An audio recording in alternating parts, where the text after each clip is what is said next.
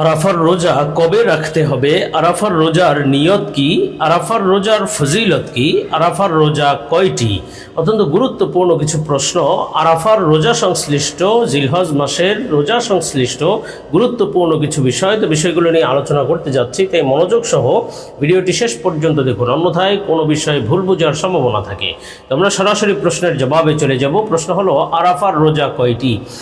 দেখুন, আসলে রাসূলুল্লাহ সাল্লাল্লাহু আলাইহি ওয়াসাল্লাম জিলহজ মাসের প্রথম 9 দিন রোজা রাখার ব্যাপারে গুরুত্ব দিয়েছেন, এবং হাদিসের মধ্যে আছে রাসূল সাল্লাল্লাহু আলাইহি ওয়াসাল্লাম প্রায়ই এই জিলহজ মাসের রোজাগুলো তথা প্রথম 9 দিনের রোজা রাখতেন।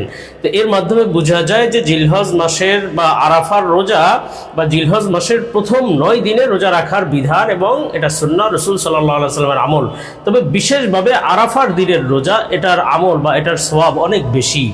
এমনিতেই আরাফার দিনের বা জিলহজ মাসের প্রথম 10 দিনের ফজিলত অনেক বেশি। আল্লাহ তাআলা অসংখ্য মানুষকে, সবচেয়ে বেশি বান্দাবান্দিকে জাহান্নাম থেকে মুক্তি দান করেন, এবং আল্লাহ তাআলার কাছে সবচেয়ে বেশি প্রিয় এই দিনগুলির আমল। সুতরাং হাদিসে অনেক ফজিলত রয়েছে। আর রোজার ব্যাপারে বিশেষ ফজিলত হলো, আরাফার দিন তথা জিলহজ মাসের যে 9 তারিখের যেই রোজাটা, এই রোজাটার ফজিলত এত বেশি, রাসূল সাল্লাল্লাহু আলাইহি ওয়াসাল্লাম বলেন যে আমি আশা রাখি এই রোজাটা রাখলে আল্লাহ তাআলা পিছনের 1 বছরের গুনাহ এবং সামনের 1 বছরের গুনাহ মাফ করে দিবেন। সুবহানাল্লাহ, বড় ফজিলতের বিষয়। সুতরাং বোঝা গেল যে আরাফার রোজা, এটা আরাফা বলতে তো 9 তারিখ বোঝায়, 9 তারিখের রোজা তো একটি। আর যদি কেউ জিলহজ মাসের প্রথম 9 দিন রোজা রাখে তাহলে সেটা আরও বেশি ভালো। তো আমরা পরবর্তী প্রশ্নের জবাবে চলে যাই। প্রশ্ন হলো, আরাফার রোজার ফজিলত কি? দেখুন, পূর্বেই আমরা অনেক ফজিলত উল্লেখ করেছি যে আরাফার রোজা রাখলে আল্লাহ তাআলা পিছনের 1 বছরের গুনাহ, সামনের 1 বছরের গুনাহ মাফ করে দিবেন, এই আশা করা যায়। রাসূল সাল্লাল্লাহু আলাইহি ওয়াসাল্লাম এই আশা রেখেছেন, তো আমরাও সেই আশা রাখতে পারি। এছাড়াও জিলহজ মাসের যেই 9টি রোজা, 1 থেকে 9 তারিখ পর্যন্ত, 10 তারিখ তো কোরবানির দিন, এই দিন রোজা রাখা যাবে না, রোজা রাখা হারাম, কিন্তু এই 9টা রোজা রাখার অনেক ফজিলত রয়েছে। এই দিনগুলোতে শুধু রোজা নয়, অন্যান্য ইবাদত বন্দিগিরও অসংখ্য ফজিলত রয়েছে। তো আমরা রাখার চেষ্টা করব, বিশেষভাবে 9 তারিখের রোজার ব্যাপারে বিশেষ গুরুত্ব দিব। আমরা পরবর্তী প্রশ্নের জবাবে চলে যাব। প্রশ্ন হলো, আরাফার রোজার নিয়ত কি? দেখুন, আরাফার রোজার নিয়ত হলো, যদি আপনি নফল রোজার নিয়ত করেন তাহলেও হবে, বা সুন্নত নিয়ত করলেও হবে, যেহেতু রাসূল সাল্লাল্লাহু আলাইহি ওয়াসাল্লামের আমল।